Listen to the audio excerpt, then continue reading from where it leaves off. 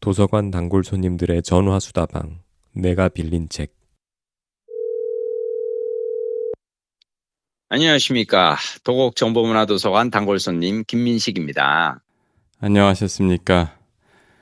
청라 호수도서관 단골 손님 박동훈입니다. 한국 진짜 춥다. 아, 진짜 춥네요. 오늘이 체감온도로는 영하 21도로 나오네요. 영하 21도? 예, 예. 아, 그랬군요. 아니, 오늘이 지금 2026년 2월 8일 아침 6시 10분입니다. 6시 예, 10분. 제가 늦잠을 자가지고 15분 전에 눈을 딱 떠가지고 예, 좀 헐떡헐떡. 예, 녹음 준비하느라 헐레벌떡. 고생 많으셨습니다. 예, 예. 우리 김 작가님 지난주에 우리가 지금 이제 기억이 벌써 가물가물한데 우리 저 외국 계실 때 연결했었나요?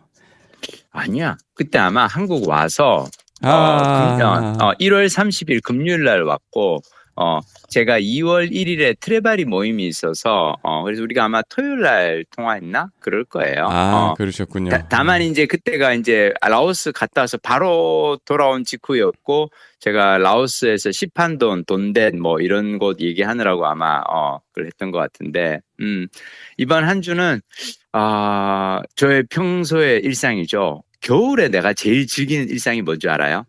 겨울에? 겨울은 소설의 계절이에요. 그래서 이렇게 그냥 뜨뜻한 방구석 속에서 이 도서관 가가지고 재밌는 소설이나 뭐 만화책 뭐 이런 것들 빌려와가지고 읽는데 아주 좋았었고 그동안 제가 저기 라오스 여행하면서 하도 내 여행 얘기만 해서 우리 박동훈 부장님 그동안 읽은 책 중에 좀 소개해 주실 만한 책은 없나요? 제가 아직 잠이 덜 깨가지고 일단 우리 김 작가님 말씀 좀 제 듣고 얘기부터 좀 할까요? 네네. 저는 이번에 와서 사실 한국 와서 제일 먼저 읽은 책 중 하나는 마음 예보라는 책이에요. 마음 예보요? 이게 뭐냐면 우리 나라 사람들의 마음 날씨, 흐림인지 맑음인지 이걸 알 수 있는 기상 예보관 같은 분들이 어떤 분들일까? 난 그분들이 정신과 의사 선생님들이라고 생각. 제가 좋아하는 저는 정신과 선생님들 책을 생각해보니까 참 많이 읽어요. 네. 하지연 쌤서부터 해서 많이 읽는데 그렇게 해서 제가 좋아하는 저자 중 한 분이 윤홍균 선생님이라고 계세요. 윤홍균 선생님. 내가 다 건너 아는. 네, 건너 아는. 네, 한 번도 뵌 적은 없는 동네 주민. 예전에 아주 키다리 멋쟁이 권투하시는 복싱하시는 멋쟁이 아저씨 정신과 의사 선생님이신데 이분이 왜 우리가 아는 그 자존감 수업이라는 책으로 막 이게 이제 엄청나게 많이 팔린 그 베스트셀러잖아요. 근데 이분이 이번에 이제 그 마음 예보라는 책을 내셨는데 재밌는 게 그 9명의 정신과 의사 선생님들이 공저로 낸 책이에요. 근데 나는 이 책 딱 보면서 이거는 마치 그 종합 선물 세트 같다라고 생각을 했던 게 저자가 9명이다 보니까 각 정신과에서 다루는 다양한 증상들에 대해서 각자가 이렇게 그 자신의 저걸로 전문 분야를 해서 다루는데 뭐 윤홍균 선생님 같은 경우는 워낙 이제 자존감 수업으로 또 유명하시고 그쪽 공부를 많이 하시니까 자존감에 관련된 이야기를 하시고 그리고 2장 같은 경우 이제 목차를 보면은 ADHD 얘기가 나오는데 나는 몰랐는데 요즘 성인 ADHD가 그렇게 많다면서요? 근데 제가 듣기로는 성인 ADHD 내가 혹시 ADHD가 아닐까요?라고 찾아오는 사람이 많다고 들었어요. 그런데 실제로는 그건 아니고 맞아요. 그런 사람이 많다고 들었어요. 많다고. 그런데 이게 많이들 찾아가는 이유 중 하나는 뭐냐면은 ADHD라는 어떤 그 알리바이를 얻고 싶은 거지. 맞아. 내가 그동안 집중이 안 되고 핸드폰에 중독돼 있고 뭐 막 이래하고 막 일에 제대로 못하고 대인관계 그러니까 막 내 해야 할 일을 미루고 막 이러는 게 내가 ADHD라서 그래. 라고 이게 진단 가고 나면 그다음에는 그래서 이 ADHD 권하는 사회라는 그 장애 부제가 성취 강박이 만들어내는 가짜 ADHD라고 되어 있고요. 네. 근데 또 3장은 또 3장대로 재밌어. 3장은 제가 좋아하는 또 정신과 의사 쌤 중에 그 신영철 쌤이라고 그 도박 중독 이렇게 연구 다루시는 분이 있어요. 그분의 제자가 또 쓰신 글이야. 그래서 근데 3장 제목이 우리가 빠진 것은 투자일까 도박일까? 그러면서 요즘 코인이라든지 주식이라든지 부동산은 중독되기가 힘들어요. 워낙 그 단가가 세서 매매를 이렇게 왔다 갔다 금방 할 수 없잖아. 네. 근데 그러니까 도박이라는 거는 짧은 시간 내에 보상을 바라고 하는 행동이잖아요. 네. 근데 부동산은 이 보상이 생기기까지 한참 걸리잖아. 근데 코인이라든지 주식같이 이렇게 막 단타 매매 이런데 이렇게 그게 약간 이게 과연 투자일까? 도박 중독일까에 대해서 이렇게 쓰신 것도 있고요. 그리고 대한민국 결혼 보고서라 그래가지고 그 이혼을 앞둔 이렇게 부부들이 찾아와서 상담하는 왜 정신과에서 이 결혼 위기를 맞은 부부들이 가서 상담도 많이 하거든요. 그래서 또 그분들을 만나는 또 정신과 의사 선생님이 쓰신 책도 있고 또 육아에 대해서 이 소학 정신과 선생님 하여튼 그래서 나는 이 책 읽으면서 느낀 거는 이제 참 우리 사회에서 정신과 의사 선생님들의 역할이 되게 중요해졌는데 근데 사실 그 이유 중 하나는 나는 코로나가 있다고 생각하거든요. 네. 코로나 이후에 서울의 정신과 병원이 개원율이 76%나 증가했대요. 오, 거의 엄청 많이 늘은 거죠. 그렇죠. 그러니까 나도 언젠가부터 서울 시내 정신과가 좀 많아졌다라는 생각을 하는데 그래서 정신과 의사 선생님들이 우리의 마음을 불편하게 하는 도대체 것들이 무엇일까 그것에 대해서 좀 이야기를 나누겠다고 했는데 저는 사실 제가 제일 좋아하는 이제 윤홍균 선생님 편 글을 읽으면서 네. 이 책의 이 집필 의도 중 하나는 윤홍균 쌤의 애프터 서비스구나. 윤홍균 쌤이 왜 자존감 수업이라는 책으로 공전의 히트를 쳤잖아요. 네. 자, 그러고 나서 지난 몇 년간 윤홍균 쌤이 이렇게 보다 보니까 뭐가 있냐면 사람들이 자존감을 알리바이로 또 쓰고 있는 거죠. 그래서 뭔가 이렇게 살다가 좀 문제가 생기거나 누군가하고 이렇게 좀 관계가 좀 안 좋아 끊어야겠다 싶으면 내 자존감을 지키기 위해서 나는 이 관계를 끊습니다. 막 이러는데 사실 윤홍균 선생님 보기에 자존감을 그렇게 해서 자꾸 이렇게 끊어내다 보면 네. 오히려 사회적 고립으로 들어가잖아요. 그러니까 자존감은 자신을 지키는 힘을 강조하는데 언젠가부터 상처받지 않기 위해서 관계를 끊어내는 행동의 명분이 되기 시작했다는 거죠. 그래서 자존감을 지키겠다며 이 헤어짐을 택하는 그런 그 사람들이 늘어나는 걸 보면서 이분이 좀 염려가 되기 시작해서 왜냐하면 우리가 흔히 얘기하는 그 정서적인 거리두기라든지 손절 이런 거는 자존감의 문제가 아니라는 거죠. 그래서 자존감에 대한 오해를 풀기 위해서 이분이 글을 쓰셨는데 사실 이분 글에서 얘기하시는 거는 이번 책에서 강조하시는 저건 단어는 이거예요. 정서적 허기. 정서적 허기. 허기. 그러니까 우리가 어느 순간서부터 정서적 허기에 빠지는 어떤 그런 시대인데 이 부분 읽으면서 또 되게 재밌다고 생각한 게 제가 사실 최근에 추천을 받아서 또 읽기 시작한 책이 마이클 이스터라는 이 저자의 가짜 결핍이라는 책이 있거든요. 네. 이 책도 예전에 이제 작년에 2025년 한 해 동안 300권의 책을 읽은 MBC 후배가 저에게 추천해준 여러 권의 책 중에 하나였어요. 가짜 근데 결핍. 근데 가짜 결핍에서 저자가 얘기하는 게 뭐냐면 우리가 이제는 그러니까 사실은 되게 모든 것이 다 물질적으로는 갖춰진 경제적으로 풍족한 세상을 살면서 결핍을 자꾸 느끼는데 이게 왜 그러냐면 우리 시대에 기업이라든지 미디어라든지 이런 것들이 사람에게 가짜 결핍을 만들어주고 그 결핍에 의해서 중독이 되게 한다는 거죠. 앱이라는 것도 그렇고 상품이라는 것도 그렇고 서비스도 그렇고 그래서 이런 가짜 결핍을 느끼는데 윤홍균 선생님이 하시는 이 정서적 허기도 같은 얘기더라고요. 그러니까 이게 우리가 이를테면 우리 왜 그런 책이 있잖아요. 영국 칼럼니스트 다니엘 튜터가 그 책을 냈는데 이제 이분이 한국에서 오래 생활하고 나서 한국을 표현한 책 제목이 기적을 이룬 나라, 기쁨을 잃은 나라. 그러니까 우리는 경제적 기적을 이루고도 기쁨을 놓치고 있는 거죠. 네. 그래서 우리가 사실은 많은 것을 성취하고도 지금 다들 허기를 느끼고 있고 가짜 결핍을 느끼고 있고. 근데 나는 그게 사실 우리가 이 책의 목차에서 내가 아까 다룬 가짜 ADHD도 사실은 마찬가지인 거죠. 네. 내가 이미 많은 것을 하고 있는데 더 열심히 해야 되는데 더 열심히 하지 못하는 건 내가 ADHD 때문이야. 또는 뭐 이렇게 아이를 우리가 막 이렇게 다양한 어떤 그게 하는 것도 사실 어쩌면은 결핍을 자꾸 느끼기 때문에 우리 아이가 뭔가 부족한 게 아닐까. 이대로 가면 아이에게 뭔가 문제가 생기는 거 아닐까. 그래서 윤원균 쌤이 정서적 허기를 어떻게 다룰 것인가 얘기를 하는데 사실 이 정서적 허기가 가장 큰 문제는 이게 중독으로 이어진다는 거죠.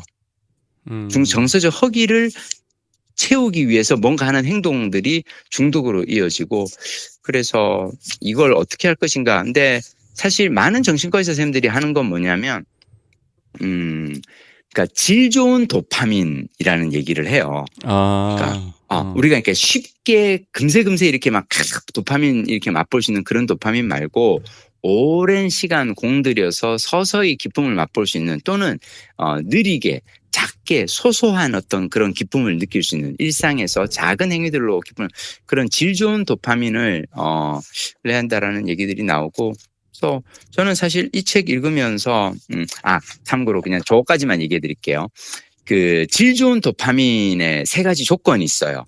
뭐냐면 자율성, 유능성, 관계성.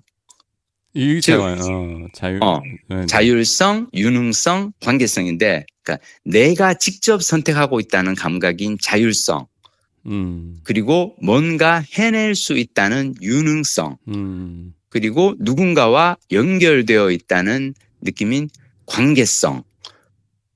그러니까 이런 그 얘기를 하시면서 그래서 저는 이 책 보면서 되게 우리 시대에 대해서 많은 어떤 좀 생각을 하게 됐고 근데 나는 이 책 읽으면서 한 번도 내가 생각해보지 못했던 거 뭘 이렇게 도박과 그 투자에 대한 얘기도 되게 저는 재밌었거든요. 네.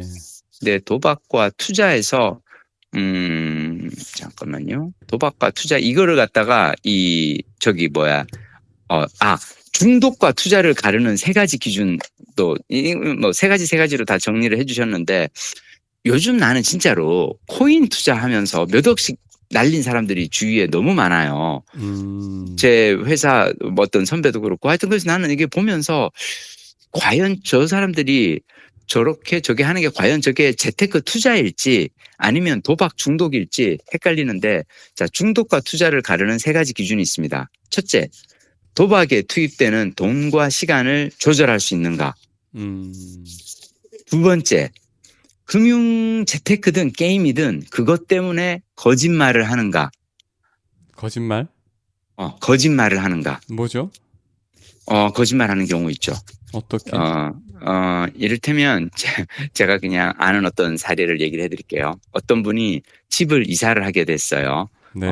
그래서 여기 전세를 살다가 다른 지역으로 전세를 가는데, 그러면 이쪽 집에서 저기를 받아서 새 집 이사 가면서 그 집에 전세를 줘야 되잖아요. 네. 이게 이제 그 부동산 계약서, 전세 계약서에 남편 저기로 돼 있어서 남편 계좌로 그 2억인가 전세금이 들어갔어요. 네. 남편이 그 돈을 먹고 안 내놓습니다.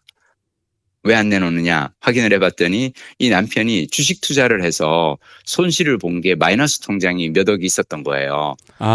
그래서 들어가자마자 먹혔구나. 그렇지. 그거 그냥 들어가자마자 그냥 마이너스 통장 빚 청산하는 대로 그냥 들어가 버린 거야. 그 문제는 이제 부인은 이제 난리가 나죠. 새 집에 이사를 들어가기 위해서는 그 집에 저걸 돈을 줘야지 전세금을 완납을 해야 집을 들어갈 수 있을 거 아니에요. 근데 알고 봤더니 남편이 그동안 거짓말을 하고 있었던 거예요. 그러니까 주식에서 별 그게 없으면 사실은 손실이 났고 그 손실을 메우기 위해서 계속 카드 돌려막기 하다가 왜 빚이 점점점 불어나고 마통 이자로 자기 월급을 그동안 계속 까나가고 있었던 거예요. 그래서 그거를 한 방에 갚기 위해서 전세금 들어왔을 때 그걸 싹 다 인젝을 했는데 근데 그 친구한테 안 물어. 결국은 그럼 어떻게 했냐? 결국은 친정에 달려가서 엄마가 이거를 해결을 해줬대요. 근데 나는 그 얘기도 그랬어. 왜 그랬어? 그러지 말지. 그럴 때는 어떻게 해야 되는 줄 알아요? 혹시라도 여러분들이 이런 정말 황당한 일이 생기잖아요. 배우자의 거짓말로 뭔가 다 같이 망할 때 그럴 땐 그냥 망해야 돼요. 왜냐하면 집 이사를 못 들어가서 그냥 이삿짐은 어디 저기 트레일러 같은 데다가 그냥 넣어놓고 찜질방 전전하면서 아니 진짜로 며칠이건 살아서 이 인간이 식겁하도록 만들어줘야 돼. 왜 그러냐면 식겁을 시켜야 돼. 왜 그러냐면은 그 사람이 왜 그러겠어요. 내가 생각에 분명히 부인 친정에 돈이 좀 있는 걸 이 사람 알지 않았을까. 그래서 딸 고생시키지 않기 위해서 어떻게든 그쪽에서 돈을 아내가 마련해 올 거라는 생각이 있기 때문에 이걸 하지 않았을까. 그렇지 않고서는 그럴 수가 없지. 하여튼 그래서 그런 케이스도 있는데 그래서 저는 이제 이 거짓말 그것 때문에 거짓말을 하고 있다면 그건 중독에 가깝고 세 번째 빚을 내지 않고 내가 가진 돈 안에서 하고 있는가. 이 세 가지를 잘 한번 들여다봐야 됩니다. 이게 중독이냐 아니냐. 근데 나는 또 이 책 읽으면서 재밌는 그 구절이 중독과 치매의 공통점이 있어요. 중독과 치매의 공통점은 뭐냐면 내가 누구인지 잊어버리게 돼요. 내가 누구인지? 우리 치매가 걸리면 왜 내가 누구인지 잊어버리게 되잖아요. 네. 중독도 마찬가지예요. 제가 이렇게 가끔씩 그 진로 특강 갔다가 게임 중독에 빠진 애들을 보거든요. 게임 중독에 빠진 애들은 수업 시간에 핸드폰으로 게임을 해요. 네. 근데 이거를 막을 길이 없어요.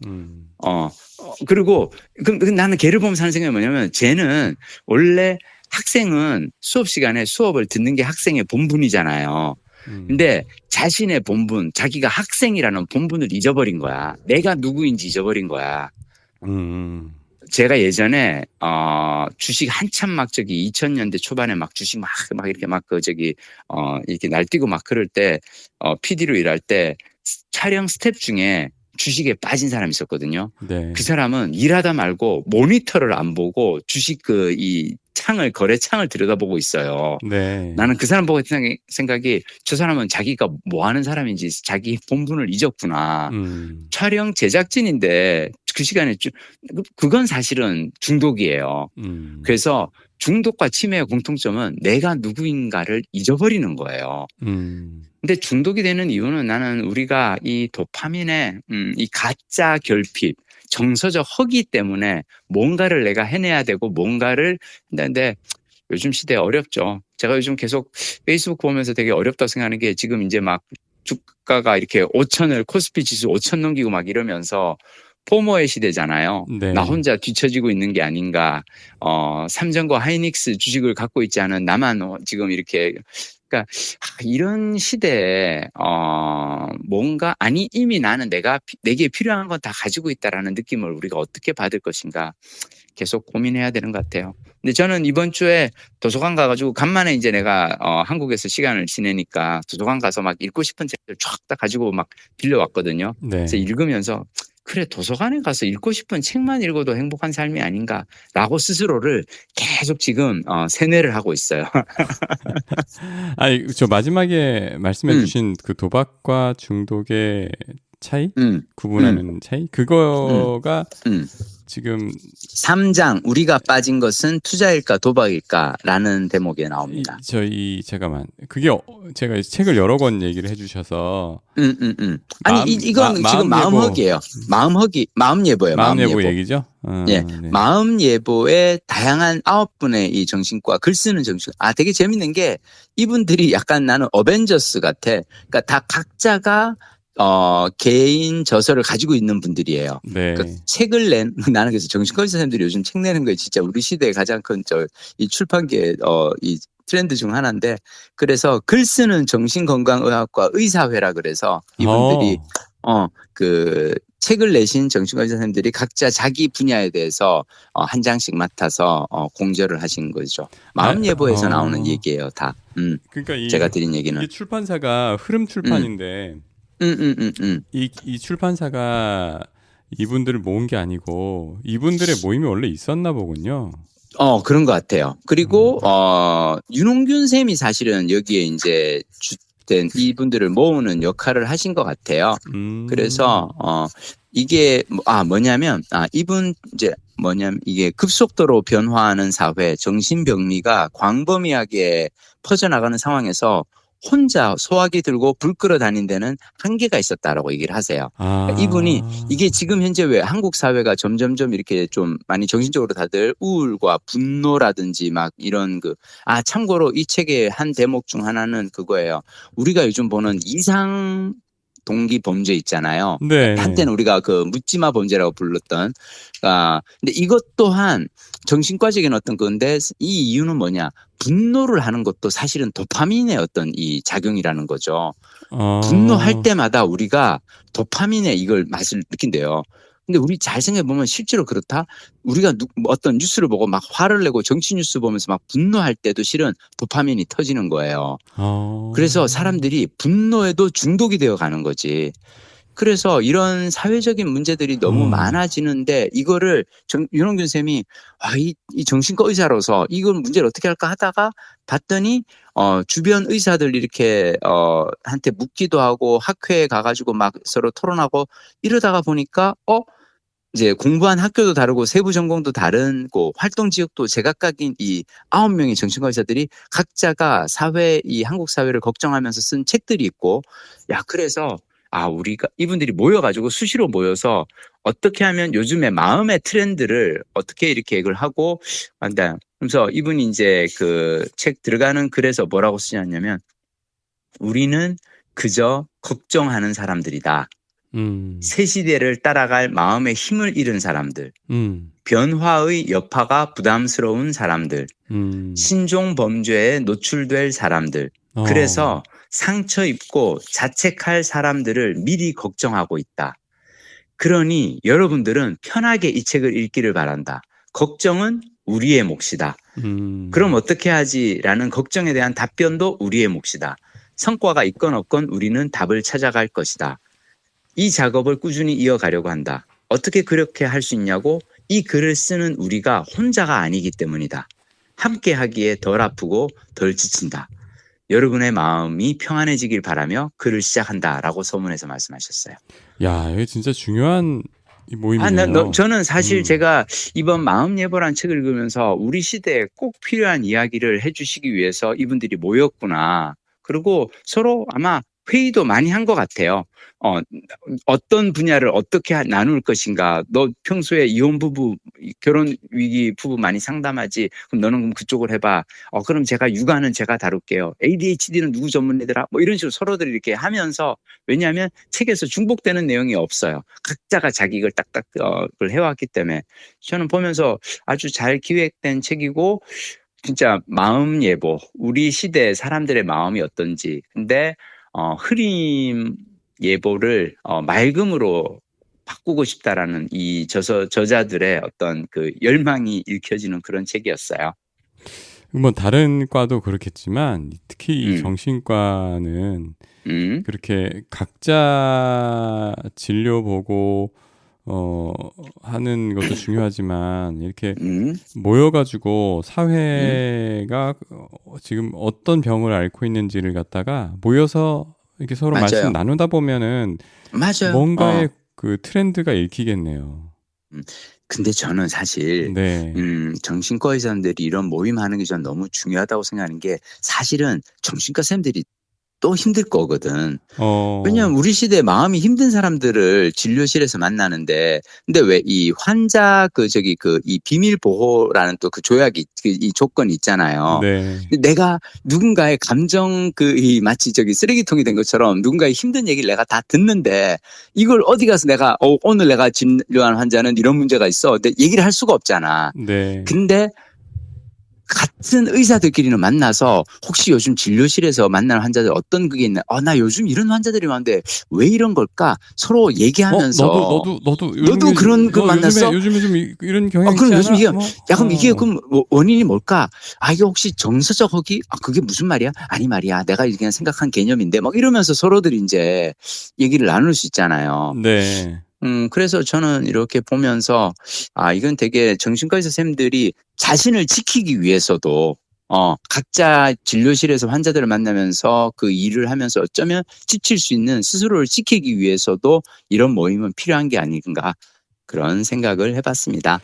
저는 이거 정신과 의사분들이 이제 자체적으로 하는 것도 중요하지만 이제는 국가에서 이거는 부처 수준으로 이 문제는 맞아.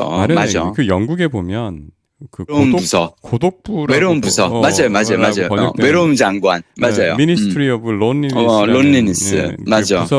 부처가 있더라고요. 근데 거기는 이제 그 마음의 여러 가지 그 사회적인 병 중에서 외로움에 맞췄는데 이거보다 조금 더 넓게 Ministry of Mind 그렇지. 맞아. 이런 게 필요한 시점으로 보여요. 되게 많은 문제들이 우리 사회 문제들이 거기하고 출발점이잖아요. 이게 뿌리잖아요. 맞아. 그리고 이게 나는 이분들이 사실 참 애쓰신다는 느낌이 든 건 뭐냐면은 제가 요즘 이제 그 근력 운동을 하면서 그 막 헬스장 가서 막 이 피트니스를 하면서 내가 느끼는 게 내리막에서 내가 지금 막 다시 올라가기 위해서 미끄럼틀에서 다시 올라가기 위해서 막 용 쓰는 느낌이거든요. 그러니까 50대가 넘어가니까 근감소증이 시작돼서 내가 아무리 운동 열심히 하다고 금세 근육이 생기지는 않아요. 다만 내가 하는 건 뭐냐면 근손실의 속도를 줄이기 위해서 나는 지금 최선을 다하는구나. 어차피 이게 그러니까 내가 지금 이 나이에 나이 57에 근력 운동한다고 해서 갑자기 막 몸짱이 되거나 그러지는 않는데 다만 내가 이게 근육이 줄어드는 그 속도를 낮추기 위해서 하는구나. 근데 나는 지금 현재 사회 자체가 정신적으로 사람들이 너무너무 갈수록 더 힘들어질 수밖에 없는 구조고 그리고 우리가 앞으로는 그렇잖아요. 막 심지어 AI 시대 막 이런 거 생각할수록 사람의 역할이라든지 많은 게 줄어들 텐데 일자리를 구하기도 쉽지 않고 이런 시대에 정신과 의사들 어쩌면 다들 고군분투하고 있다라는 생각이 드는데 방금 우리 박동무 장 말씀한 것처럼 나라에서 이 문제는 좀 우리가 좀 진지하게 다뤄봐야 되지 않는가. 사회적 정신건강에 대한 문제는 그죠? 네. 그런 생각이 들었어요. 그래. 이거는 이걸 어떻게 우리 또 잼통? 요즘 잼통이라고 하는데요. 요즘 다들 이게 좀 어떻게 전달이 될 텐데 우리가 구독자가 너무 작아서 근데 저는 사람들이 하여튼 근데 나는 사실 이번 책 읽으면서 좀 전혀 엉뚱한 TV 프로그램을 이번에 처음으로 한번 봐봤는데 이혼 숙녀 캠프라는 거 혹시 알아요? 그거 되게 유명한 이름이던데요. 그래요? 나도 본 적은 없어요. 본 적은 없지. 나도 본 적은 없거든. 근데 이게 그 책에서 어떻게 소개되냐면 이걸 보면 진짜 도파민이 모두가 심각하게 중독되어 있다라는 걸 이제 볼 수 있는 게 이혼 숙녀 캠프. 왜냐하면 이 출연한 부부들이 자신의 배우자를 향해 거침없이 표출하는 욕설과 폭력, 분노를 보고 놀라지만 더 놀라운 건 시청자들의 반응이라는 거죠. 다른 부부의 불륜, 바람, 폭력과 같은 갈등을 보면서 공감하거나 안쓰러움을 느끼는 게 아니라 막장 드라마를 보듯이 쾌감을 느끼고 타인의 불행에 열광하고 있다. 그래서 우리는 지금 이미 모두가 도파민에 심각하게 중독되고 말았다. 그러니까 인내심을 가지고 서로 양보하고 이해하는 사랑의 형태가 사라지고 있다. 막 이런 얘기를 하는데 그래서 이 프로그램의 이 순기능을 굳이 이걸 하자면 이 이혼 프로그램의 기상천외한 그 빌런들을 보면서 다들 그래도 내 남편이 쟤보다는 훨씬 낫네. 주식으로 1억 날린 남편을 죽이고 싶다가도 10억을 날린 사람을 TV에서 보면서 그래도 우리 남편은 양반이네. 근데 이 책을 보면서 그러니까 나는 뭐냐면 사실 지금 시대는 미디어를 통해서 그러니까 나는 이게 좀 우리가 앞으로 문제인 게 우리가 앞으로 할 일이 줄어들면 줄어들수록 사람들이 미디어를 소비하면서 콘텐츠를 소비하면서 보내는 시간이 늘어날 텐데 그러면 그럴수록 미디어들 자극적인 미디어들이 넘쳐나면서 우리가 또 이 도파민에 또 이렇게 하는 게 약간 뭐 하여튼 그런 걱정도 들었어요. 책 읽으면서. 아까 그 제가 영국의 미니스트리 오브 로닝리스 외로운 부서 말씀드렸는데 제가 이거 제미나이에다 물어봤어요. 그 영국만 그런 게 있으면 저 나라 조금 유별나 뭐 이렇게 생각할 수도 있잖아요. 그런데 일본에도 고립 담당 장관이라고 미니스트리 포 론리니스 앤 아이솔레이션이라는 게 있고 아랍에미레이트에는 그래 우리 이게 이런 게 비슷한데 미니스트리 오브 스테이트 포 해피니스 앤 웰빙 행복 웰빙 부서. 그러니까 일본하고 영국은 외로움이라는 이 부정적 감정의 이름에 달았는데 여기는 행복이라는 긍정적 가치를 이름에 단 이런 부처가 있답니다. 제가 지금 사실 아랍에미리트 얘기를 하니까 갑자기 떠오른 게 나는 이게 참 되게 재밌는 게 책을 여러 권을 나는 동시에 항상 읽잖아요. 네. 그러다 보면 책끼리 서로 연결되는 게 있거든요. 이를테면 나는 마음예보에서 윤홍균 저자가 얘기한 정서적 허기가 마이클 이스터의 가짜 결핍에 나오는 이 같은 얘기를 지금 사회적으로 한국과 외국에서는 똑같이 하는데 그 가짜 결핍에 어떤 얘기가 나오냐면 지금 전 세계에서 마약 중독 문제가 가장 심각한 지역 중 하나가 중동이라는 거예요. 중동에 지금 마약 이 중독 문제가 엄청 심각한데 그 이유가 뭐냐? 이슬람은 왜 술, 담배라든지 이런 걸 이렇게 엄격하게 그걸 못하게 제재를 하고 있잖아요. 네. 그리고 왜 이슬람은 되게 제재들이 많잖아요. 왜 막 이렇게 여성들 뭐 부르카라든지 뭐.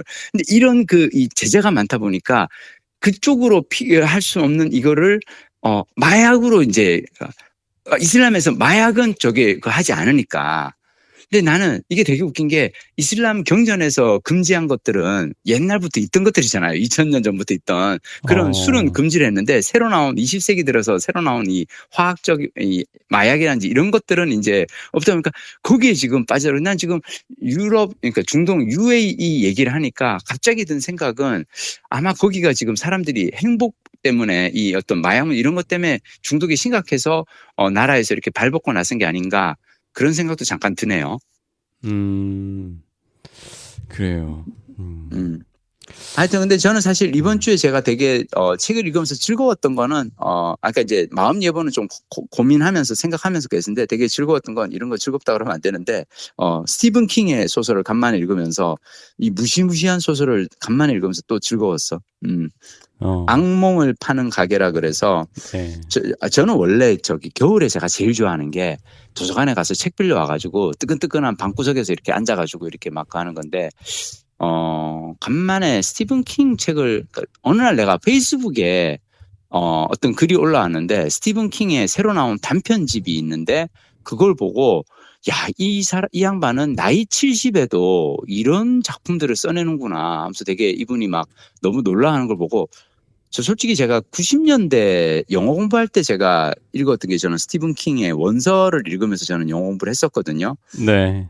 근데 봤더니 와, 스티븐 킹이 지금 만 72세, 70대 중반의 나이에 쓴 책들이 여전히 죽이는 책들이 있는 거예요. 나는 근데 최근에는 한 10년 동안은 나는 스티븐 킹 책 안 읽고 내가 다른 거 공부하느라고 소설을 좀 가다가 그래서 도서관에 가서 스티븐 킹을 딱 검색했더니 여러 개 나오는데 스티븐 킹을 저는 잘 안 읽는 분들에게 제가 정말 추천하고 싶은 책은 사실은 스티븐 킹의 4개라는 중편집이에요.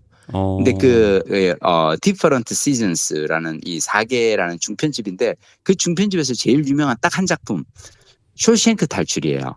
그러니까 그 영화로 아는 원래 이게 4개라는 건 뭐냐면 이 스티븐 킹이 4편의 중편을 썼는데 이 중편을 단편도 아니고 장편도 아니고 그래서 그 4편을 모아서 한 권의 책으로 냈어요. 근데 그 중에서 그러니까 이 각 계절별로 근데 그 4편이 다 뛰어난데 가장 뛰어난 건 저는 쇼생크 탈출이라고 생각하고 저는 사실 90년대 쇼생크 탈출을 보면서 스티븐 킹이라는 작가를 참 좋아했는데 스티븐 킹을 여러분들이 처음 접하려면 뭘 하면 되냐면 스티븐 킹의 단편집이 많이 있거든요. 네. 그래서 도서관에 가면 스티븐 킹 단편집이 이렇게 쫙 떠요. 그래서 제가 사실 뭐 이를테면 방금 얘기한 그 쇼생크 탈출은 그 도서관에 가면은 리타 헤이워드와 쇼생크 탈출이라는 제목으로 이제 그걸 할 수 있고요. 그리고 뭐 다양한 이제 단편집 같은 거 있어요. 그래서 뭐 이렇게 모든 일은 결국 벌어진다. 뭐 해가 저문 이후 뭐 다양한 건데 여러분들이 그 중에서 이렇게 보시고 단편집은 처음에 한 2-3편 읽어보고 재밌으면 쭉 읽으면 되고 재미없으면 반납하면 되니까. 네, 저는 간만에 이 스티븐 킹이 쓴 나이 60에 쓴 이 악몽을 파는 가게라는 이제 단편집을 지금 읽고 있는데 읽으면서 다시 한번 제가 감탄을 하는 게 와, 이분은 나이 들어서도 60, 70에도 여전히 그냥 죽이는 소설들을 써내고 있구나 감탄하면서 보고 있어요. 추운 겨울 여러분 집에서 이렇게 그 화끈한 어떤 뭔가 이 도파민 터지는 걸 맛보시려면 스티븐 킹의 소설을 한번 읽어보십시오. 악몽을 파는 가게 강추. 이 미디어도 보니까 아까 짧은 시간에 강렬한 도파민을 사실 원하다가 많은 문제가 생기잖아요. 맞아요. 근데 서서히 도파민을 지속적으로 쫄깃쫄깃해요. 조금씩 하는 방법으로는 역시 이 독서만 한 게 없네요. 그리고 사실 스티븐 킹은 어쩌면은 나는 스티븐 킹이 단편 이 공포 소설을 쓰는 방법은 스탠드업 개그하고 비슷하다고 생각하는데 네. 스탠드업 개그는 뭐냐면 누군가가 이렇게 근데 하나하나 이야기를 쌓아 올리죠. 그리고 마지막에 이렇게 반전으로 이렇게 짠 하고 이렇게 빼잖아요. 네. 그래서 사람에게 이제 웃음을 주는데 스티븐 킹은 서서히 그래서 이 얘기가 뭘까 쫄깃쫄깃하게 가고 마지막에 확 그래서 이런 얘기야라고 하는데 항상 소설의 마지막 대목에 가서는 엄청난 반전이 있어요. 그리고 그 반전의 결과 진짜 엄청 무서운데 약간 이런 느낌 보거든요. 근데 나는 이런 도파민이 좋아요. 이런 도파민. 이렇게 글을 읽으면서 내 머릿속에서 상상을 하면서 그래서 이건 뭐지? 이거는 귀신인가? 좀비인가? 뭐지? 막 이러면서 이렇게 보는 그인데 개인적으로 스티븐 킹을 20대 읽었던 스티븐 킹 다시 읽는데 재밌는 건 내가 지금 20대 재미나게 읽던 그 책의 저자가 나이 70에도 여전히 왕성하게 죽이는 소설을 쓰고 있다는 걸 보면서 삶은 참 되게 생각보다 길구나. 그래서 오래오래 열심히 뭔가를 해야겠다라는 어떤 그런 자극도 좀 받고 재밌어요. 사실 그러니까 미디어 중에서도 이렇게 천천히 도파민을 느끼게 해주는 미디어들이 건강한 건데 독서 또는 뭐 라디오 운동. 이런 것들 맞아요. 라디오 맞아요. 근데 그런 것들이 버티기가 참 쉽지 않아서 근데 거기에 맛을 들이기 위해서는 노력이 좀 우리의 노력이 필요한 것 같아요. 독서는 좀 노력이 필요한데 라디오는 좀 다르다. 그래? 라디오는 보통 사람들이 라디오에 빠져드는 인생에서 시기는 되게 외로운 시기. 아하. 별로 탈출구가 없는 뭐 수험생 시절이라든지 그러네. 육아를 막 시작하게 됐다든지. 맞아. 그러니까 누구의 도움도 직접 구하기 어려운 혼자만의 어려움을 안게 됐을 때 그런 때 라디오에 빠져드는 경우가 많거든요. 옆으로 얘기가 약간 샜는데 사실 투자도 그래요. 그래요? 투자도 보면 그 독서나 라디오 듣기와 비슷한 투자가 자산 배분 투자거든요. 아하. 그러니까 뭔가 그렇지. 적극적으로 뭘 알아보고 사고 팔고 맞아요. 그러면서 빠른 시간 내에 큰 수익을 탁 얻는 기쁨도 막 도파민 분출하는 그런 순간도 많고 보통 그렇게 하잖아요. 근데 자산 배분 투자는 딱 그 비율을 정해놓고 그냥 내버려 두다가 맞아. 1년에 뭐 한 번이든 두 번이든 뭐 계절에 한 번이든 한 번만 이렇게 들여다만 보면 되는. 그때 틀어졌을 때 비율이 틀어졌을 때 그걸 리밸런싱하고 요렇게 하고 투자의 목표 수익률 자체가 높지가 않아요. 한 자릿수 투자 목표인데 이 자산 배분 투자의 가장 큰 장점은 시간을 많이 들일 필요가 없다. 아, 그렇지. 예, 그리고 그 다음에 크게 깨먹지 않는다라는 거거든요. 예. 근데 그래서 정말로 도파민 터지는 그런 투자 실적을 원하는 사람은 참을 수가 없어요. 견딜 수가 없어요. 그렇지. 예, 특히나 그렇지. 장이 좋을 때는 아니 남들은 막 50% 그렇지. 100%씩 먹었다는데 맞아. 내 개별 종목을 해야지 이럴 때는. 내 자산 배분 계좌를 보면 뭐 5% 뭐 이러니까 이거 실패한 투자라는 생각이 들죠. 근데 이제 그걸 견뎌야 되는데 시장이 막 폭락하고 이럴 때는 시장이 20% 그렇지. 빠졌는데 뭐 2% 빠져 있고 이러니까 네, 그때는 이제 하길 잘했구나 하지만 하길 잘했구나. 이게 평소에 특히 모든 게 화랑일 때는 견디기 힘들어요. 근데 지나고 보면 화랑일 때 오히려 견디기 힘들구나. 네, 근데 폭락장이 아니라 이 장기 수익으로 보면 아무리 잘 나가도 한 번 크게 깨먹으면 곱하기 0이 되는 게 그렇지. 이 주식 투자의 세계라서 맞아. 그래. 투자에도 이거를 뭐라 그럴까요? 우리가 찔끔찔끔 도파민? 맞아. 잔잔한 기쁨. 잔잔한 기쁨으로 가는 투자. 그게 사실은 길게 봐선 좋고 그런데 그런 스타일을 택하고 유지하는 거는 노력이 필요하다. 제가 개인적으로 이렇게 느낀 것 중 하나가 왜 한때 살짝 어떤 문제가 있었냐면 스타크래프트라든지 막 이런 유명한 e스포츠 이 선수들 있잖아요. 네. 그 플레이어들이 나락으로 간 적이 있었는데 이 친구들이 코인 투자 이렇게 하고 이렇게 약간 연관이 되면서 좀 그랬거든요. 근데 나는 그때 느낀 게 어쩌면은 이 e스포츠 선수들은 너무 어린 나이에 이 뇌에 도파민 설계가 조금 이렇게 빗나간 거 아닐까. 이걸로 막 그렇게 그냥 게임해서 내가 막 갑자기 명성을 얻고 돈을 벌고 막 너무 젊은 나이에 이런 걸 하고 나면 그냥 성실하게 회사 가서 일하면서 월급 받아서 사는 그걸 더 이상 못하고 또 코인이라는 세계가 열려서 이제 더 이상 스타크래프트 뭐 리그 같은 건 이제는 옛날 같은 그런 인기가 없는데 코인이라는 새로운 어떤 뭔가가 생겼는데 이것도 해서 잘만 하면은 막 누군가는 막 큰 돈을 벌고 막 그러니까 이게 우리가 앞으로 어쩌면 진짜 근데 옛말이 틀린 게 없다. 그러니까 인생의 3대 불운 중 하나가 왜 소년 등과잖아요. 그렇지. 너무 어린 나이에 성공을 맛보는 거잖아. 그래서 방금 말씀하신 것처럼 재테크도 그렇고 우리는 너무 짧은 시간에 큰 성공을 하려기보다는 인생에 오히려 길게 보면 도움이 되는 거는 느릿느릿 조금씩 무언가를 모아가는 그런 기쁨이 아닐까 그런 생각을 해보게 되네요.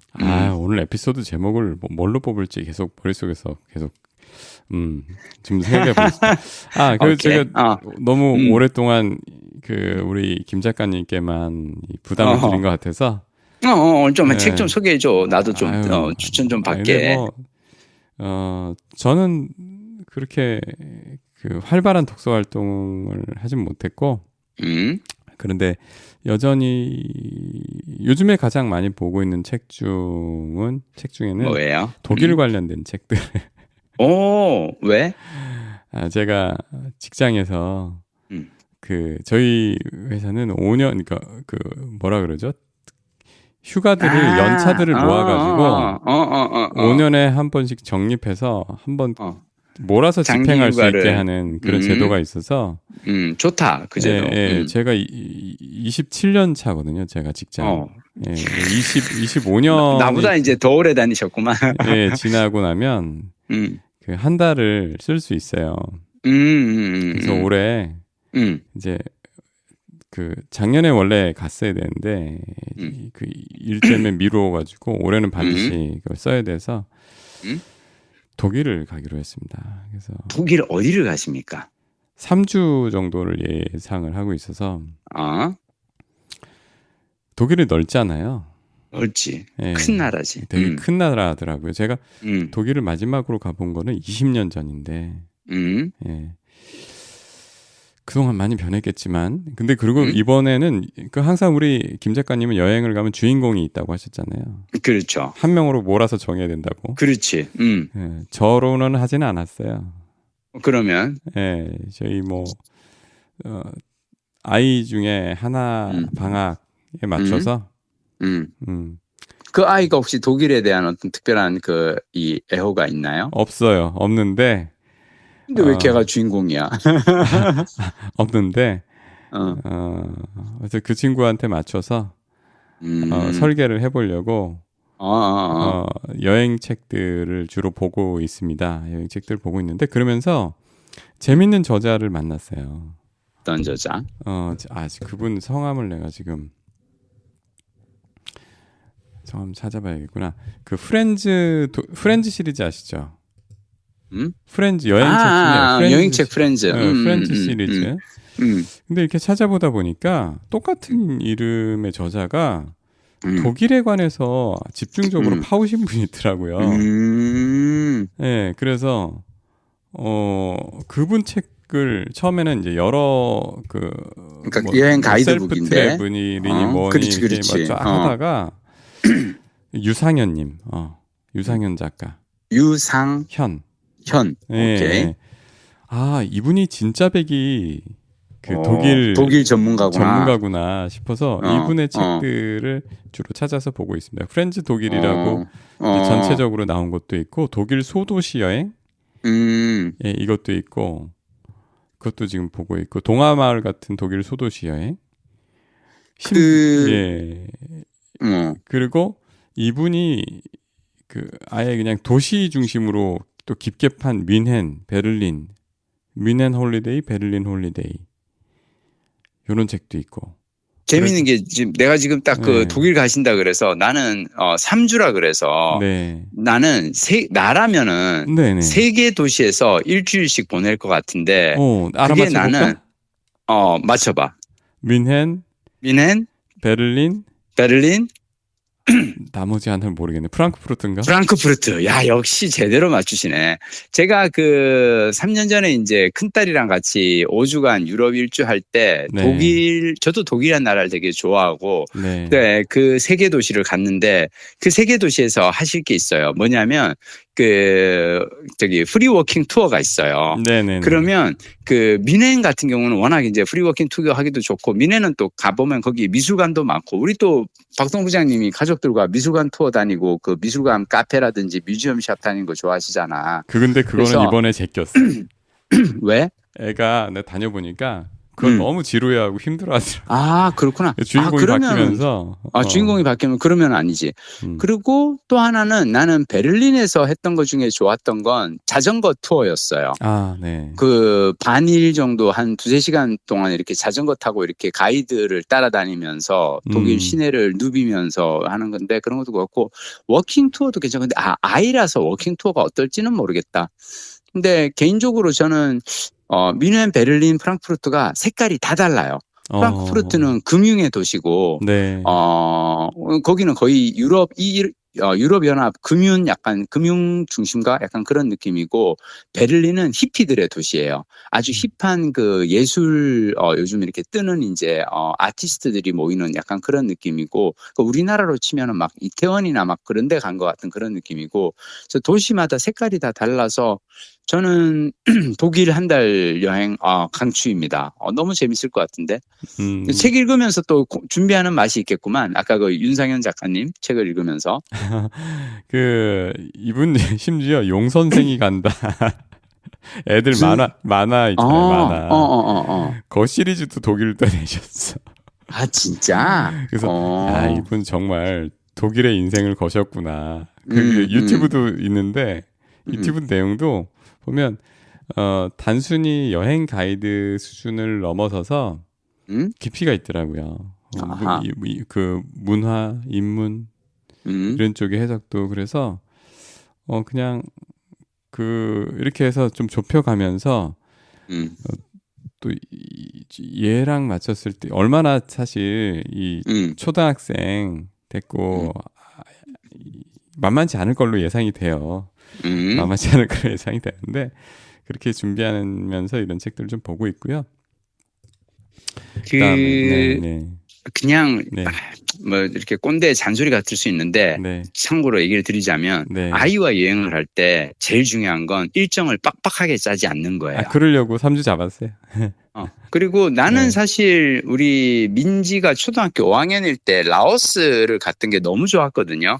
민지도 그때 라오스 여행을 되게 좋아하고 근데 그 이유가 뭐냐 라오스에 그때 갔다가 얘가 이제 동물들을 되게 좋아하는데 집에서는 강아지를 키울 수 없는데 라오스에 그때 한 15년 전에 갔을 때는 곳곳에 그 강아지들이 막 그 이렇게 길에서 이렇게 막 가는데 애들이 너무 순하고 착해요.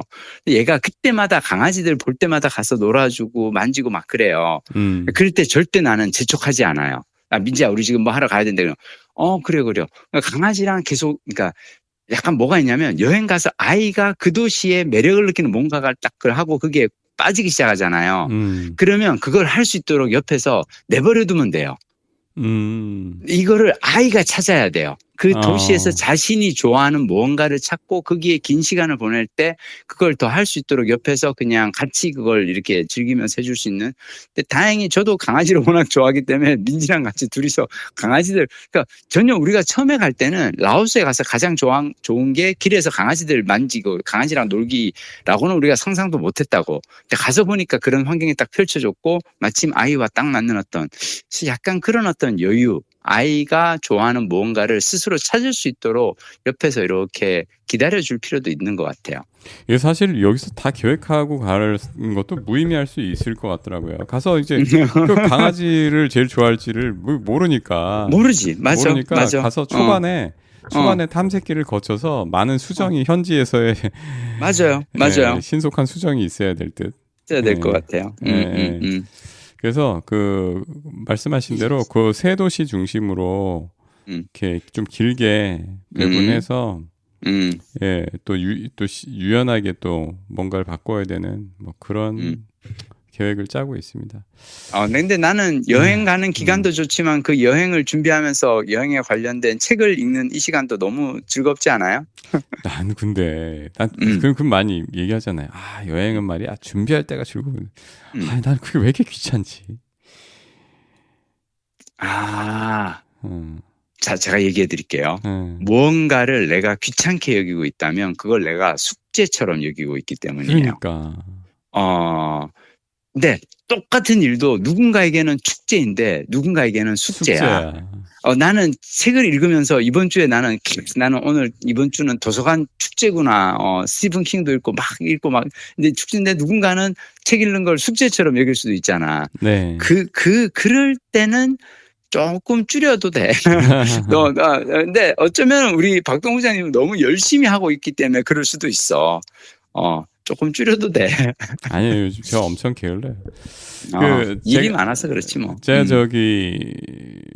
빌린 책, 저는 내가 빌린 책, 우리 내가 빌린 책이 저 유튜브 스튜디오에 딱 들어가니까 축하 메시지가 떠들어가 3주년 됐다고. 그래? 진짜? 벌써 우리가 유튜브로 한 지도 벌써 3주년 됐구나. 우리가 160 지금 7회인가 8회인가 되거든요. 그렇구나. 51년에 오늘 55주 그럼 되게 되면 초반서부터 우리가 그러면 유튜브로 하고 있었네. 네, 거의 3년이 된 거예요. 3년 넘었어요. 넘었는데 근데 3년이 넘었는데 이 구독자 수가 유튜브, 팟캐스트, 팟빵 스포티파이, 애플 합해가지고 2,000명이 안 되네. 이거야말로 우리가 바라는 그 잔잔한 도파민이에요. 너무 잔잔하다. 아니 이게 갑자기 어느 날 갑자기 막 뭐가 이렇게 조회수가 막 몇만이 되고 갑자기 구독수가 막 늘고 막 그러잖아. 그러면은 이제 우리가 거기에 이제 이 기준이 상향 조정이 돼버린단 말이야. 그래서 매주 막 한 10,000명씩은 새로 들어와야 막 이래. 우리는 그렇지가 않잖아. 3년이 넘어도 2,000. 내가 진짜 바라는 그 몇 명입니다. 그럼에도 불구하고. 즐겁지 않아요? 나는 우리 박동 부장님이랑 일주일에 한 번 이렇게 내가 이거 책 정리하는 이 시간이 너무 즐거운데. 사실 우리 출발 자체가 우리 김 작가님 얘기는 혼자 듣기 아깝다. 전화나 하자. 대신 우리는 많은 시간을 드릴 수 없다. 그렇지. 일주일에 준비부터 최종 업로드까지 2시간 이내에 모든 게 끝나잖아요. 이내 하겠다. 그렇지. 그래서 구독자 수는 진짜 우리한테 의미가 없었는데 우리가 오래 하다 보니까 그래도 약간 신경을 쓰이는데 근데 이것도 되게 신기한 거예요. 뭐가? 이 정도 많은 분량의 에피소드를 이 정도 기간에 했는데 저 정도 구독자 수가 나오면 보통은 포기해요. 아하, 그치, 포기하지. 근데 더 하면 안 되지. 의미가 없지. 네. 크게 힘드나요? 나 별로 힘들지 않고 포기한다는 전혀. 생각도 없어. 하여튼, 뭐, 들어주셔서 고맙습니다. 아니, 근데 나는, 우리가, 이번에 참, 지금 이 얘기를 하시니까 갑자기 생각난 게, 내가 또 최근에 읽은 재미난 책 중 하나가 습관의 디테일이라는 책인데, 습관의 디테일. 이게 원제로는, 영어 원제는 tiny habits예요. tiny habits. 그러면서 이분이 얘기하는 게 많은 사람들이 뭔가 인생을 바꾸기 위해서 뭘 운동을 결심하고 공부를 결심하고 독서를 결심하다가 다 포기하는 이유가 너무 크게 시작하려고 해서 그렇다. 그러면서 이분이 하는 게 뭐냐면 그냥 습관을 아주 짧게 간단하게 단순하게 하기 쉽게 만들려고 얘기를 하거든. 그래서 나는 요즘 내가 사람들한테 권하는 게 운동을 만약 하고 싶으면 아침에 일어나서 뭐 팔굽혀펴기를 10개를 하겠어 20개를 하겠어 그렇게 결심하지 말고 그냥 방에다가 가서 아침에 일어나서 방에 매트만 한번 깔아봐라.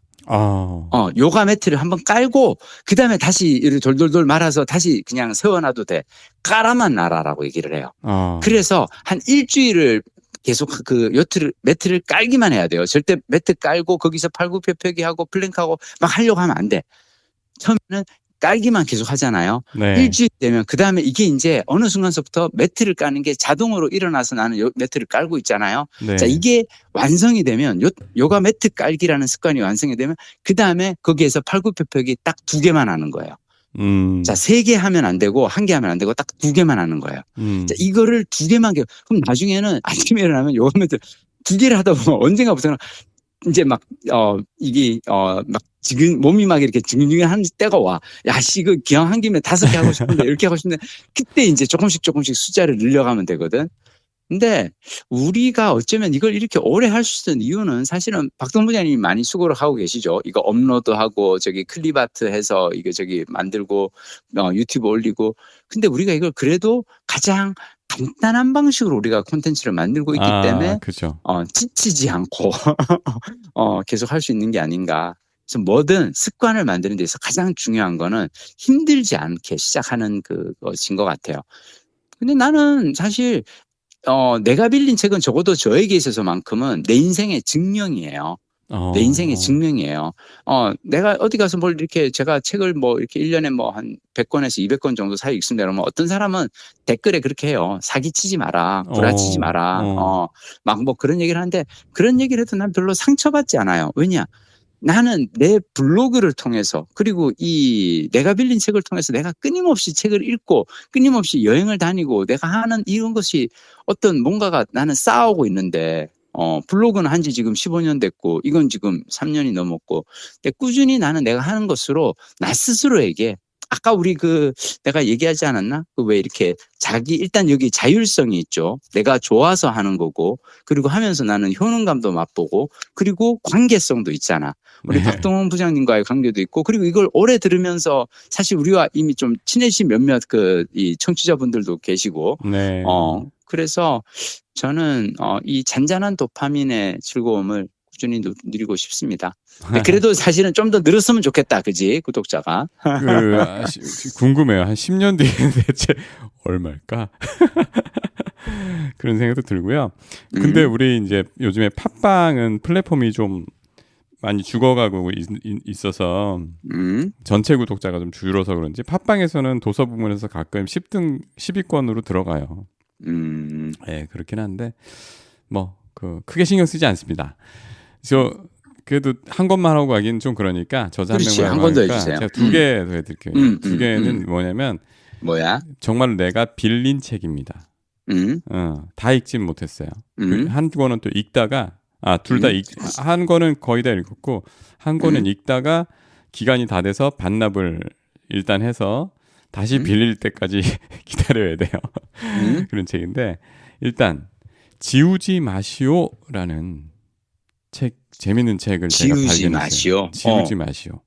어떤 내용이에요? 사진집입니다. 아. 부제는 수학자들의 칠판이에요.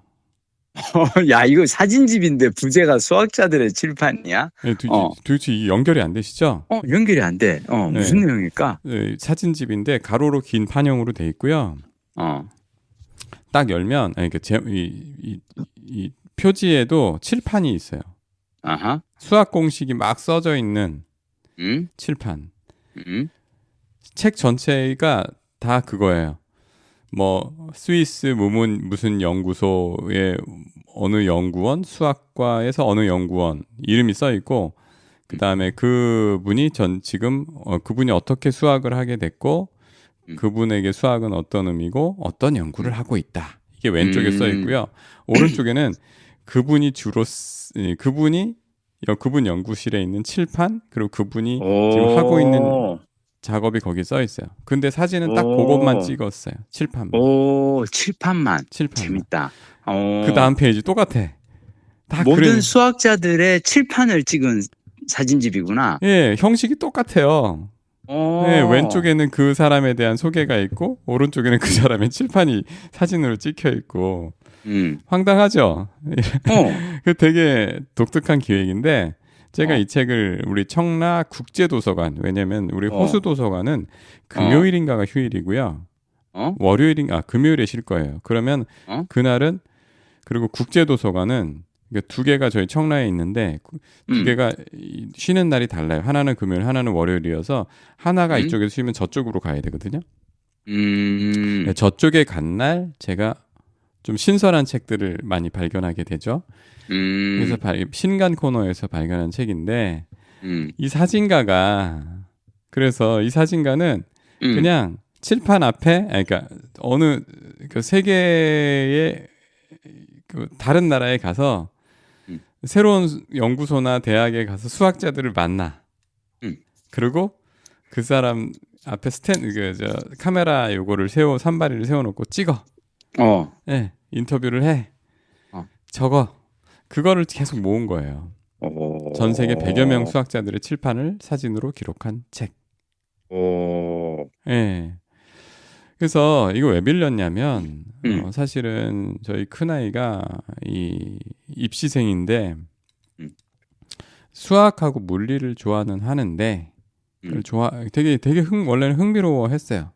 중학교 때부터. 그런데 고등학교에 가서 소화하기 힘든 정도의 양과 어려운 또 이제 이 시험의 대상으로 이 과목들을 대하니까 좋아했던 과목인데 숙제였던 수학이 숙제가 돼가고 있잖아요.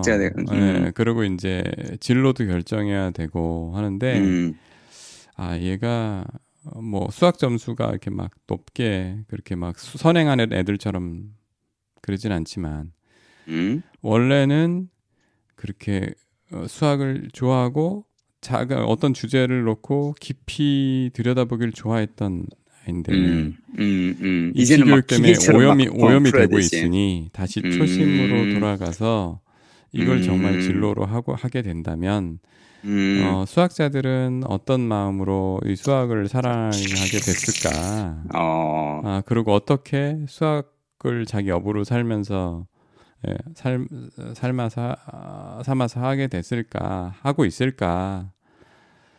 그런 얘기들을 좀 봤으면 해서. 근데 난 지금 딱 들으면서 든 생각인데 이 책도 사실은 결국은 잔잔한 도파민에 대한 이야기다. 그러니까 어떤 이 책을 쓴 그 사진 작가가 그래서 어떤 수학자의 어떤 그 인생을 쫓고 그래서 이 사람이 어떤 놀라운 발견을 하고 이 사람의 어떤 이게 아니고 그냥 그 수학자의 일상에 있는 이 사람이 지금 붙들고 있는 어떤 수학 문제, 난제, 어떤 고민 이런 것들이 이 잔잔하잖아요. 어떻게 보면 칠판 그냥 상상만 해도 그렇지. 네. 한 사람의 칠판인데 이 잔잔한 도파민이 결국 우리가 뭔가를 꾸준히 그래도 하게 해주는 어떤 힘이 아닌가 그런 생각도 드네요. 이 사진가가 근데 사실은 이분은 사진가잖아요. 근데 저 수학자들의 칠판에 쓰여 있는 거는 완전히 하얀 건 글씨고 검은 건 배경이라. 그렇지. 네, 이해할 수는 없어요. 그런데 이분이 이 일을 하게 된 계기가 그 자기가 방학 때마다 지내던 시골집의 이웃에 수학자 부부가 살았던 거예요. 아. 예, 그것도 이론 수학. 현실과는 전혀 별로 상관이 없이 현실에 응용된 응용 수학이 아니라 정말로 자기만의 세계에 머릿속에 상상에 빠져 사는 그 이론 수학자들과 친하게 지내면서 되게 저런 사람들이 흥미롭다. 그리고 그 사람들이 심지어 나중에 학회를 외국에 가면 따라가. 따라가서 막 수학자들과 이렇게 만나서 얘기를 하고 막 이러다 보면 그분들의 설명은 알아들을 수는 없으나 형 이상학적인 세계에서는 또 저 안에서 흥미를 느끼고 행복하게 사는 저 사람들이 너무 궁금해진 거예요. 그리고 다른 어떤 과학자나 이런 사람들과는 달리 이 사람들한테는 큰 칠판이 굉장한 연구 도구인 거예요. 그냥 그 앞에서 머릿속에서 막 생각하다가 그 앞에 가서 쫙 쓰다가 맞아. 다 찾아. 그러면 지우지 마시오라고 써인 그게 또 있어. 그걸 올려놔 칠판에. 누가 자기 연구실에 들어와서 그렇지. 어서 지워버리면 안 되지. 그렇지. 네, 그래서 재밌고 재밌네. 또 여기 내용에 보다 보면 칠판들이 대부분 이제 연구실에 크게 막 사방에 이렇게 있는데 프랑스인가 어디에서 찍은 어느 연구소에 찍은 거는 숲속에 칠판이 있어요. 숲속에 칠판이 있어? 숲속에 이렇게 가다가 갑자기 그 스테인리스 그 철봉 같은 난간에 이렇게 딱 세워져 있고 거기에 칠판이 딱 고정돼서 있어. 그러니까 거기는 그 출판사들이 이 수학자들이 사색하고 뭔가를 문제를 알고 막 사색하면서 이렇게 걷다가 칠판을 만나면 그 숲속에서 막 쓰는 거야. 놀라운 환경이지 않아요? 재밌네. 네, 그리고 또 이런 얘기도 있어요. 그리고 수학자들이 좋아하는 칠판은 칠판도 여러 가지잖아요. 우리 어렸을 때 봤던 그 까만색의 분필가루 날리는 그놈이 있고 요즘은 근데 우리나라 그 학교에 매직으로 가보면 이렇게 쓰는 하얀 칠판. 네, 그런 거 별로 없어요. 그런 거가 없어지고 그 하얀 칠판에 마카로 쓰는 게 많고요. 맞아. 심지어 이제 전자 칠판으로 바뀌는 데도 많아요. 그렇지. 예, 비싼 거. 스크린으로 돼 있어, 넓은 스크린으로 돼 있어가지고 거기 화면도 나왔다가 패드로 이렇게 글 쓰고 거기다가 이제 뭐 전자 그걸로 딱 쓰면 전자적으로 딱 나오는 그런 첨단 칠판도 있고 그런데 수학자들은 그런 거 다 싫어하고 옛날식에 까만 거에 분필을 제일 선호한대요. 그래가지고 그 어떤 수학자 얘기 나오는데 어떤 이제 되게 이제 유명한 수학자가 학과장 같은 걸로 부임을 한 거예요. 새 대학에. 갔는데 하얀 칠판에 마카로 쓰는 게 있더래요. 저거 다 띄우고 다 철거하고 바꿔. 이래가지고 근본주의자시구만. 네, 그분은.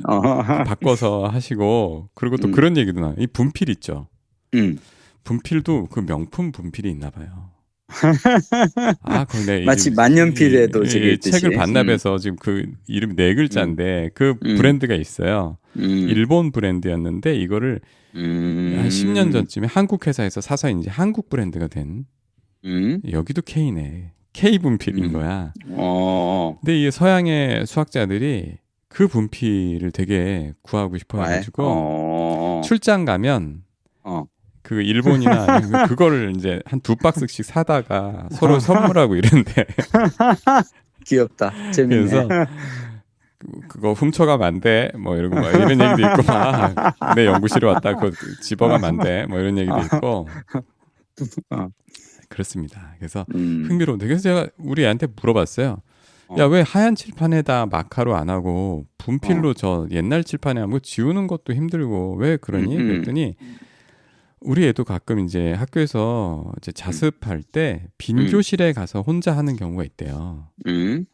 그럴 때는 칠판에다가 이렇게 써가면서 하는 게 되게 기분이 좋다고 하더라고요. 그러면서 근데 마카 칠판보다 이게 좋은 이유가 드르륵 하면서 점선을 한 번에 그을 수가 있다네. 그렇구나. 생각해 보니까. 네. 우리 옛날에 선생님들이 그 했었어. 맞아. 그래서 그런 장면이 기억이 난다. 아, 그렇구나. 어쨌든 되게 흥미로운 기획의 책이었고요. 한 권 더, 시간이 좀 오늘 많이 나갔네. 한 권 더 해드릴게요. 지독히 사적인 일본이라는 책 보셨어요? 제목은 들어본 것 같은데 어때요? 여기 그 나라카와 아야라는 저자가 쓴 책인데요. 그 이분이 저기 방송에도 가끔 나오고요. KBS 월드에는 자기 프로가 있어요. 한국에 한 10년 정도 산 원래 이 저기 그 아사히 신문 기자 하다가 한국 영화를 취재를 왔다가 한국 영화에 빠져서 신문사를 그만두고 한국에 와서 한국 영화를 전공을 하고 또 일본 기자로서는 드물게 한국 영화계에 이제 인맥도 생긴 취재 인맥도 생긴 그래서 감독 분들도 그 이제 부산 영화제 매번 가서 일본 사람이 매번 똑같이 하니까 좀 인맥이 생기겠죠. 성덕의 삶을 사시는 분이구나. 그렇죠. 예, 그러신 분인데 이제 한 40대 여성분이세요. 이분이 자기 관점에서 굉장히 어떻게 한국과 연을 맺게 됐고 그리고 한국 사람들을 잘 아는 입장에서 일본 얘기를 들려주는 거예요. 근데 되게 재밌어요. 이게 맛깔나고 빠져들어요. 그래서 이거 근데 내가 저 밀리의 서재에 없었던 것 같은데 이게 오디오북으로 나오면 오디오북으로 쭉 들어도 되게 흥미진진하겠다라는 생각이 드는 그런 책이고 근데 제가 이 지극히 사적인 일본이잖아요. 이게 일본만 있는 게 아니더라고요. 지극히 사적인 시리즈가 있어요. 그렇구만. 이게 틈새 책방에서 낸 건데 지극히 사적인 러시아. 아니, 그러니까 내가 아까 이 귀에 낯익다고 생각한 건 아마 그 시리즈 이름이 낯익었었나 보다. 프랑스, 이탈리아 다 있는데 이게 보니까 저자들이 다 눈에 익어. 방송에서 많이 본 사람들이야. 분들이 근데 기획이 이것도 참 좋았던 게 한국에 오래 살고 한국인처럼 이걸 주한 외국인이라고 하나요? 그렇죠. 하여튼 거의 한국 사람처럼 된 이분들한테는 보통 한국이 어때요라고 묻잖아요. 근데 그게 아니에요. 한국 사람들을 잘 아는 입장에서 당신 나라에 대해서 속속들이 한번 이런 면도 있었어? 라는 걸 소개해봐봐. 이런 책이에요. 네, 기획 재밌다. 좋지 않아요? 네, 그래서 제가 오늘 소개시켜드린 두 개의 책은 제가 도서관에서 최근에 만난 기획이 독특한 재밌는 책들. 네, 왠지 그럼 우리 박동 부장님 지극히 사적인 독일을 찾아봐야 되는 거 아니야? 없더라고. 없구나 지금. 아직 시리즈가 이제 막 나오고 거기까지 있어서 없어. 알았어. 일단 지극히 사적인 일본은 저도 꼭 찾아서 읽어보겠습니다. 네, 그렇습니다. 구미가 댕겨. 알았어. 네. 그래도 추운 겨울은 이렇게 집에 틀어박혀서 책 읽는 게 제일인데 그래도 제가 어제 토요일이라서 저는 저기 뭐 별다른 일이 없어서 안산 자락길을 갔거든. 이 추운 날. 와, 이 추운 날. 야, 체감 어제 막 영하 9도 10도 그랬는데 갔는데 어제는 또 추운 대신에 미세먼지가 없었어요. 네. 그래서 다시 한번 느낀 게 그래도 참 안산 자락길은 참 좋은 길이구나. 그 밑에 있는 이진아 기념도서관에 들러서 책을 읽지는 못했지만 도서관과 산책로가 같이 있는 서울 어딜 가든 참 좋아라는 생각을 했고요. 그래도 너무 이렇게 집에 틀어박혀서 책만 읽지는 마시고 좀 산책도 다니고 그러는 한 주 보내시기 바랍니다. 우리가 3주년이 기념일이 언제 아마 지났을 것 같은데 이번 3주년이라고 우리 또 유튜브에서 알려준 날 책을 꽤 많이 우리가 다져 넣었네요. 네. 그러면 우리는 또 다음 주에 뵙겠습니다. 설 때인가요? 아직은 설은 아닌 것 같아요. 설 연휴의 시작 때 뵙겠네요. 네, 그럴 것 같아요. 그렇구나. 진짜 딱 연휴 시작 때구나. 네. 다음 주에 그러면 또 전화로 뵙겠습니다. 따뜻한 주말 보내시기 바랍니다. 보내세요.